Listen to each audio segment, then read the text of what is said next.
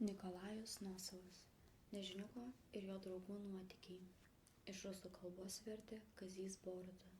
Įgarsino Katerina Zerskaitė. 16 skyrius. Koncertas. Po visą miestą pasklido žinia apie garsų keliauninką Nežiniuką ir jo draugus, kurie pateko į ligoninę. Kuoselė ir Šarkelė bėgiojo neatsikvėpdamos iš namų į namus ir pasakojo draugėms naujieną. Tos draugės pasakojo kitoms draugėms, kitos trečioms, ir greitai visos miesto gyventojas, tarsi pagal komandą, patraukė ligoninės link. Kiekviena mažiulė norėjo kuo nors padėti nukentėjusiems mažiuliams. Jos tempė visokius skanėstus. Vienos nešė gardžių pyragų, kitos uogienių, trečios saldžių pastų ir kompotų. Po pusvalandžio mažiulės užtvindė visą ligoninės gatvę. Žinoma, tokios norinčiųjų daugybės į ligoninę nebuvo galima įleisti. Medutė išėjo į priengį ir pasakė, kad ligoniams nieko nereikia, todėl visos privalo išsiskirstyti namo ir netriukšmauti čia po langais. Bet mažiulės nenorėjo išsiskirstyti. Jos kažkokiu stebuklingu būdu sužinojo, kad garsiausias mažiulis, vardu Nežiniukas, turi išeiti iš ligoninės su savo draugais Tepuliu ir Kankliumi. Medutei vėl teko paskelbti, kad Nežiniukas tol neišeis, kol visos neišsiskirstys. Bet mažiulės užuot išsivaikščiojusios po namus, nuėjo pas savo drauges, kurios gyveno ligoninės gatvėje. Kai Nežiniukas, Tepulis ir Kanklius, lydimi Snaigės ir Mėlynakės, išėjo į gatvę, tai pamatė, kad iš visų langų žiūri beveik po 10 mažiulių. Nežiniukas buvo labai patenkintas tokiu dėmesiu. Jo klausą pasiekė balsai. Sakykite, sakykite, kuris tas garsusis Nežiniukas?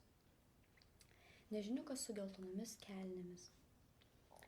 Tas su didelėmis ausimis?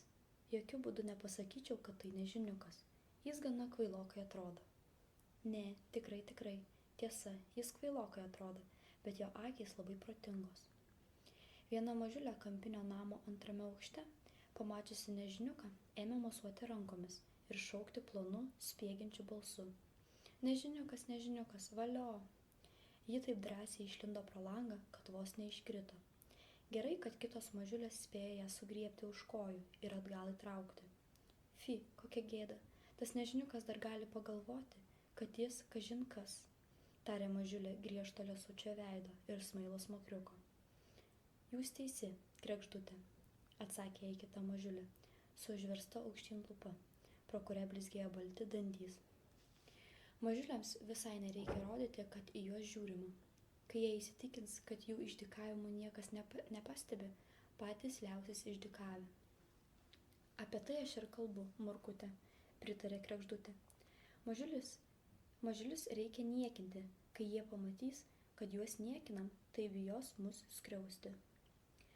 Ta kregždutė ir Morkutė kuždėjosi, zyzė, kol pridusgė visoms ausis, kad su atskridusiais mažiuliais reikia paniekinamai elgtis. Visos mažiulės susitarė nekreipti jokio dėmesio į mažiulius, o kai susitiksiančios su jais gatvėje, tai iš tolo pamačiusios, pasuksiančios atgal ir pareisinčios į kitą gatvės pusę. Iš to susitarimo dėja maža kas išėjo. Kažkaip visos sužinojo, kad Tepulis dailininkas, Kanklius garsus muzikantas, kuris moka groti fleitą.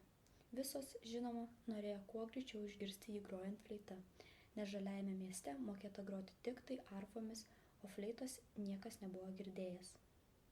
Dauguma net nežinojo, kad yra toks instrumentas. Greitai mažiulės sužinojo, kad Tepulis ir Kanklius apsigyveno Obuolių aikštėje, namuose, kur gyveno mažiulė Sagutė su savo draugėmis. Tų namų antrame aukšte, pačioje pastogėje, buvo erdvus kambarys su dideliu šviesiu langu per visą sieną. Tas kambarys Tepuliui patiko, nes buvo šviesus, ir jis su Kankliumi nutarė jame apsigyventi. Viršutinio kambario langas išėjo tiesiai į Obuolių aikštę, ir štai vakare Obuolių aikštė, kuri anksčiau būdavo pustuštė, bematant užplūdo mažiulės. Susijėmusios už rankų jos vaikščiojo aikštėje po 2 ir slapčiomis žvilgčiojo į apšviestą langą antrame aukšte. Žinoma, jos tai darė ne tiek norėdamas pamatyti Tepulį ir Kanklių, kiek iš nekantrumo. Visos trokško kuo greičiau išgirsti muziką. Retkarčiais jos pastebėdavo, čia šmėkštelint pro atvirą langą dailiai sušukuotą Kankliaus galvą, čia pasipūtusias Tepulio garbanas. Paskui nustojo šmėkščiojusios galvos ir mažulės pamatė Tepulį atsirėmusį į palangę ir svajingai žiūrintį į tolį. Po Tepulio lange pasirodė Kanklius. Jie pradėjo kažką tartis, darydamėsi į šalis ir mosuodami rankomis. Paskui abudu iki pusės išlindo pro langą ir pasilenkę ėmė žiūrėti į apačią. Tada po kartą nusispjovė iš antro aukšto ir vėl išnyko lange. Atrodė, jog daugiau nieko įdomaus nebus, bet mažiulės ir nemanė skirstytis. Ir kaip tik tą akimirką pro langą ėmė sklisti švelnus, kaip upelio čiurlenimas fleitos garsai. Jie čia lygiai ribuliavo kaip bangos, vienas paskui kitą, čia tarsi pašokdavo ir apsiversdavo ore, vieni kitus vaikydamėsi ir susidurdami. Nuo to visoms linksma pasidarė. Fleitos garsai tarsi trūkčiojo visas už kojų ir rankų,